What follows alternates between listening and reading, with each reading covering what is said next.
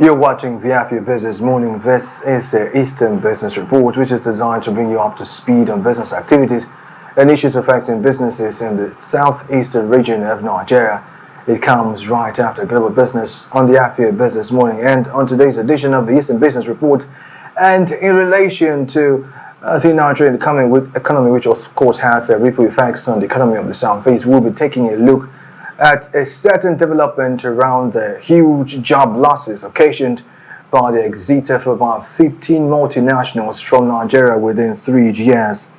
As Nigeria battles an economic crisis sparked by the government's twin policies of petrol subsidy removal and unification of foreign exchange windows, United Kingdom-based Diego joined about 15 other multinational companies that have exited the country in the past 3 years.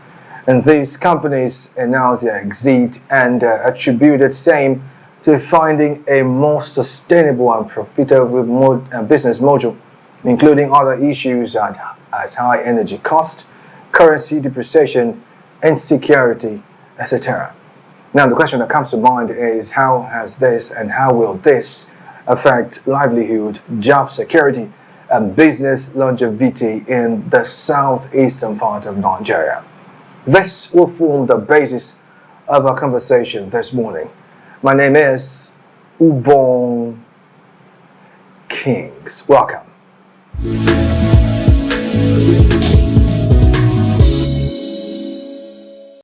You're welcome back, and you're still watching this Business Report right here on the Afia Business Morning. And joining me on this conversation is Okike Ezugwu, who is a lawyer and a government policy analyst. It's good to have you. Welcome. Good morning, Kings, and thank you for having me. It's an honor. You know, we started this conversation as last week, and let's see how we could wrap this up real quickly. And one of the few things I want to point out just before we get into the conversation is this report that says Procter & Gamble announced its exit from Nigeria, citing reasons as energy costs, currency depreciation, insecurity, etc.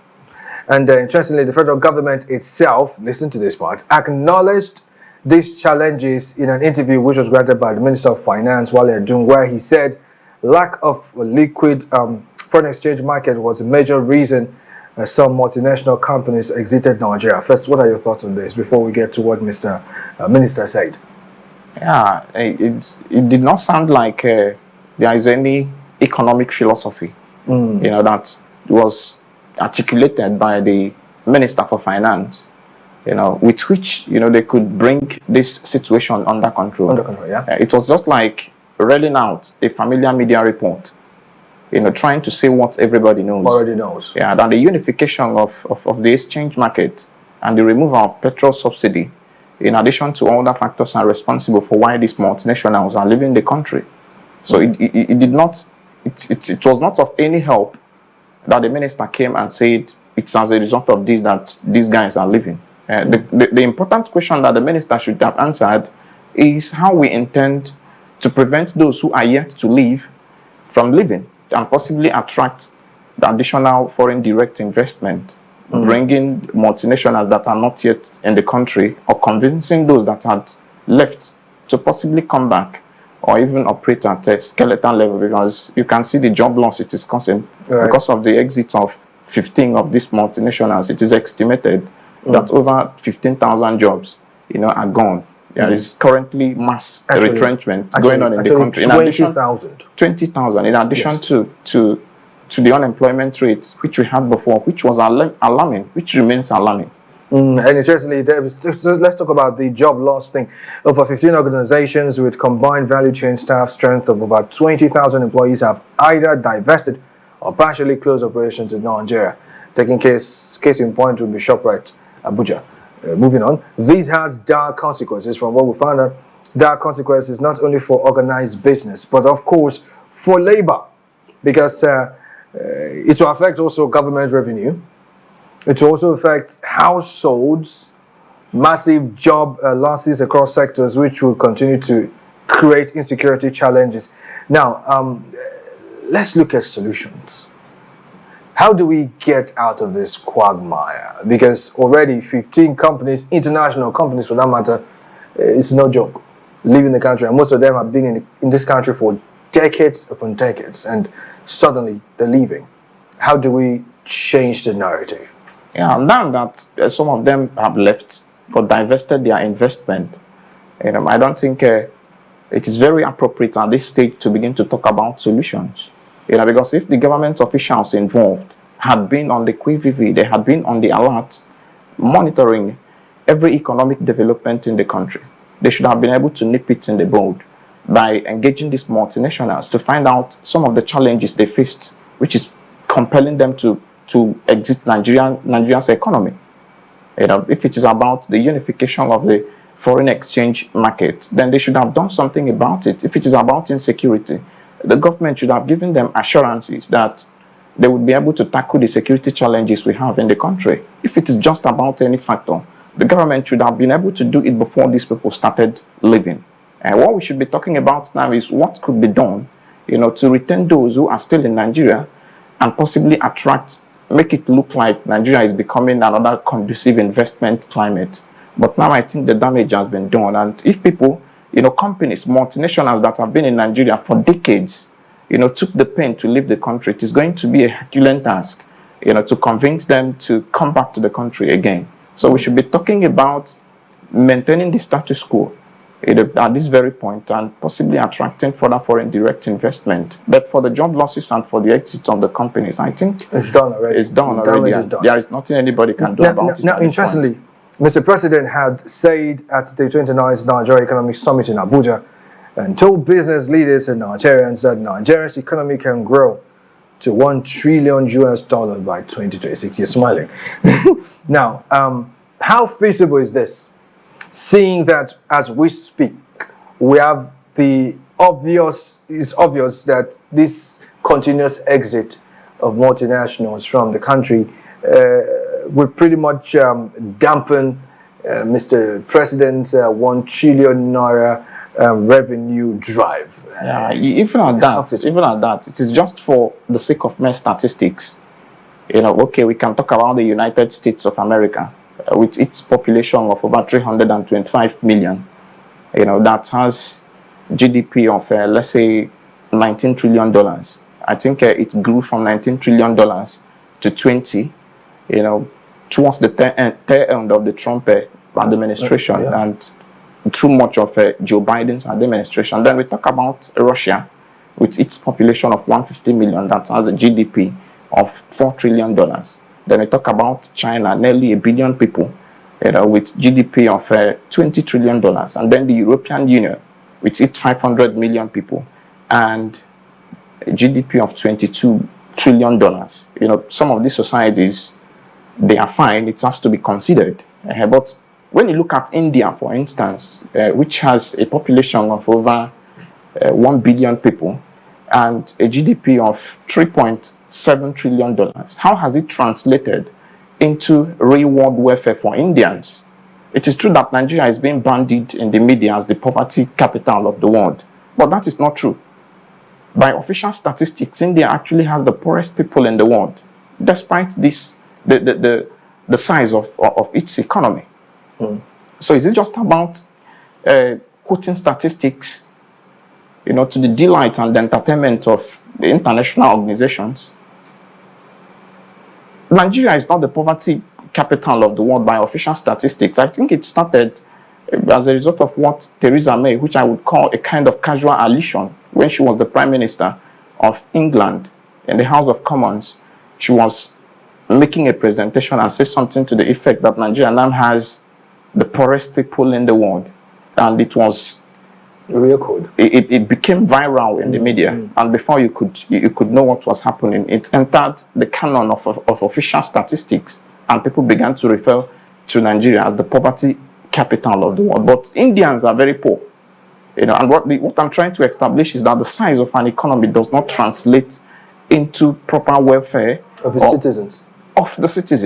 So if we are trying to have just $1 trillion, and we have example in India that has over $3.7 trillion in its economy, and the life of the citizens, is nothing to write home about. Is that the drive? We are talking about the cost of living in Nigeria, and they are talking about the size of the economy.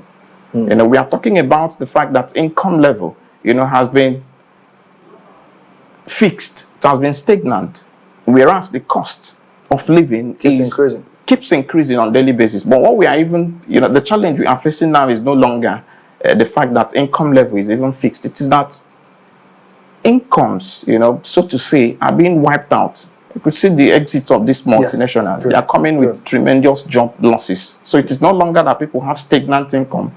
It is that it is getting to a point where people have no income at all. And somebody is there parroting about the size of our economy. Of course, by the virtue of the fact that Nigeria has over 200 million people by casual estimation, we are meant to have a large economy. But the important question is, what is going to happen to the life of an average Nigerian? So I'm not being tickled by that projection. It is nonsensical for people who understand real world economics. Okay, now let's look at something quickly. You've made some very ballsy points, special reference to, in as much as, yes, we're making this projection, it does not transcend or translate to welfare, so to speak, of the common man on the street. Another part of the world that you can look at in this respect is the Scandinavian countries like Norway, Sweden, and Switzerland. They are not like posting statistics about the size of their economy. But an average citizen in any of the Scandinavian countries is just okay. So that is what we should be looking at, a proper welfare state that is going to cater for the well-being of everybody, and not the one that posts official statistics, to titillate the world. But when you come home, everybody is suffering, and the misery and the poverty index keeps getting worse on a daily basis. Now let's look at something quickly. There's this talk about the survival prospects of secondary businesses attached to these multinationals who left the country, and the fact that there's a possibility that they won't survive. Now, you do know that sometimes suppliers, persons who are on wholesalers, lack of better expression, and that comes to the average Igbo man, basically. We're great at those things. So being suppliers and wholesalers of certain products from some of these multinationals. Now, from your estimation or from your point of view, how do you see the survival strategy of these businesses? Yeah, small-scale businesses are going. I will not mention the name of any radio station, but there is a radio station I do political analysis for. And I think it's every Monday. Before I come here, if I'm coming here, I go there. I do political analysis for the station. Then suddenly they went off air. Why are they off air? They can no longer continue to purchase diesel. So small-scale businesses and small-scale enterprises are completely being wiped out. If someone runs a hotel that is not blue chip now, I don't know how the person is going to sustain it. Especially if it is in an area where there is no consistent power supply. Even if there is consistent power supply, the electricity tariff was hiked following the removal of subsidy that the federal government previously paid for electricity. So you have to pay for electricity to be able to keep your guests in comfort. And then if you bring this thing in comparison to your earning, it pales in comparison to what you've spent. So small-scale businesses currently are not making profit in Nigeria because of the cost of energy, the cost of transportation, and the cost of electricity. So these small-scale businesses are being eroded. They are being entirely wiped out. So anybody who is talking about survival, unless there is a kind of repolicing, if you permit me to put it this way, to take some of these challenges into consideration on the part of the federal government, I am not being very optimistic. Okay, very well then. We'll take a short break here, and when we return, we'll be looking at other aspects to this particular issue and how it affects the Southeast directly. Please stay. The Eastern Business Report will be right back.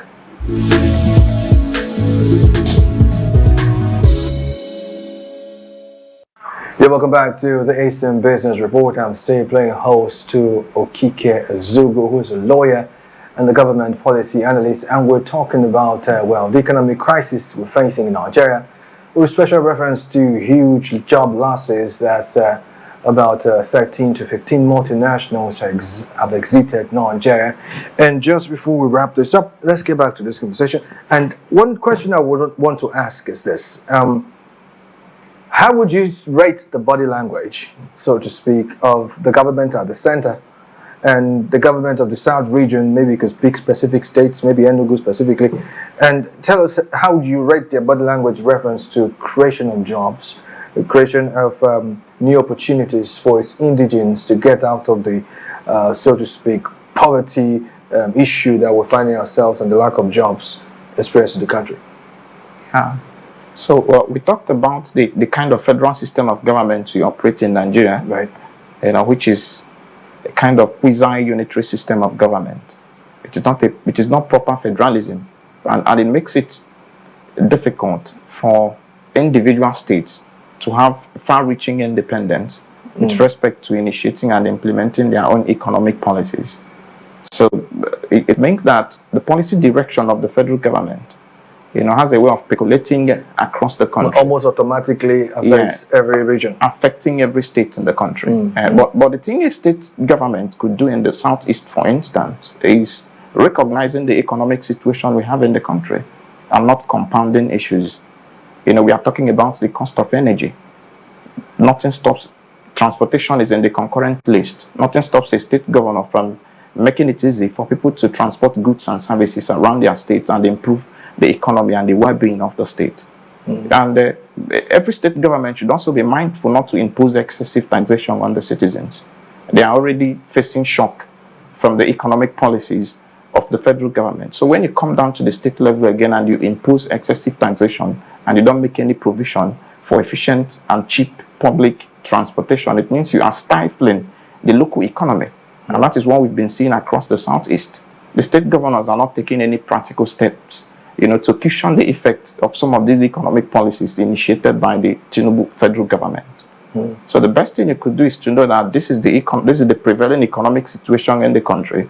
What am I going to do in my state to make sure that my citizens do not feel the shock, or the citizens of my state do not feel the shock as much as maybe the citizens of a state that is unconcerned about whatever is going on at the center. You don't impose taxation, you take care of electricity, and you also try to build a kind of infrastructure which is going to make the economy to thrive, because infrastructure is the bedrock of any economy. We've been seeing some infrastructural strides being taken, especially in Abia State. I am not very much abreast with what is happening in Anambra State, but Abia has been particularly fortunate with what they've been able to achieve in the past 1 year. And then in Enugu State, I can say that our governor is taking some steps, been addressing the area of public infrastructure. But we have to be mindful that we are doing something about public transportation and that we are not imposing excessive taxation on the citizens, because a combination of what is coming from the center and maybe the repressive taxation policies from the state government is going to be too backbreaking for the citizens of any state in the Southeast. That reminds me that the government at the center did exempt a number of persons from withholding tax. Do you think this same gesture should be extended to the state level? At the state level, you must make sure that the small-scale businesses that have energy costs to contend with, you must make sure that you don't impose excessive taxation on them again. Like if someone is running a hotel, for instance, which is an instance I cited that when we began this conversation. Right. The person is contending with the cost of energy and the cost of everything, and you are coming to impose excessive taxation again. It is going to drive the business underground and compound the economic tragedy of whatever states that might be engaging in this. Which is sad. Do you by chance see a change coming anytime soon with reference to all of this? What I'm saying is the possibility of a revolution in the country. If you look at the poverty index and the way Nigerians are beginning to react on social media, we are getting to a tipping point. We are currently on the cliff, and the political office holders or those who are in power, they must stop listening to those around them who are trying to paint a kind of picture that is different from what is obtainable in the real world, because we could have a revolution on our hands if drastic measures are not taken to reverse some of these oppressive and pauperizing economic policies. Oh, well, that's a good place to leave it. I want to thank you profusely, Okike Ezugwu. Thank you so much for sharing your thoughts. You're welcome. Beautiful. And in case you're just joining in, I have been playing host to Okike Ezugwu, who is a lawyer and a government policy analyst, and we'll be talking about the economic crisis we're facing in Nigeria. Special reference to the huge job losses as about 13 to 15 multinationals have exited Nigeria already. And you could be part of this conversation by going to our new YouTube channel at just go to the search bar and type in www.youtube.com/@AfioBusiness. And while you're there, do well to hit the like button and subscribe button so you get notifications on all business related content. And you're still watching the Afio Business Morning live from Enugu State, Nigeria. Coming up next is How Market. My name is Ubong Kings. Thank you for your time. Stay tuned.